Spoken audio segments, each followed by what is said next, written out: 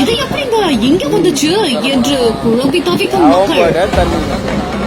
1500 metre நீளமுள்ள குழாயை பார்த்து முரண்டு போய் நின்ற மீனவர்கள். செங்கல்பட்டு மாவட்டம் கிழக்கு கடற்கரை சாலை நெம்மேலியில் இருக்கக்கூடிய கடல் நீரை குடிநீராக்கும் திட்டத்தின் 3வது யூனிட் தயாராகிட்டு வருது.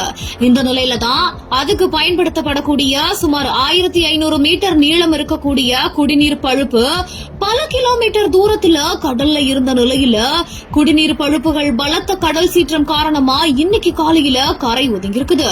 இத பார்த்து அந்த திட்டத்தின் அதிகாரிகள் பொறியாளர்கள் தற்பொழுது பொக்லைன் JCB இயந்திரம் உதவியோட கடலுக்குள்ள நகர்த்துற பணியில அதை ஈடுபட்டு வராங்க.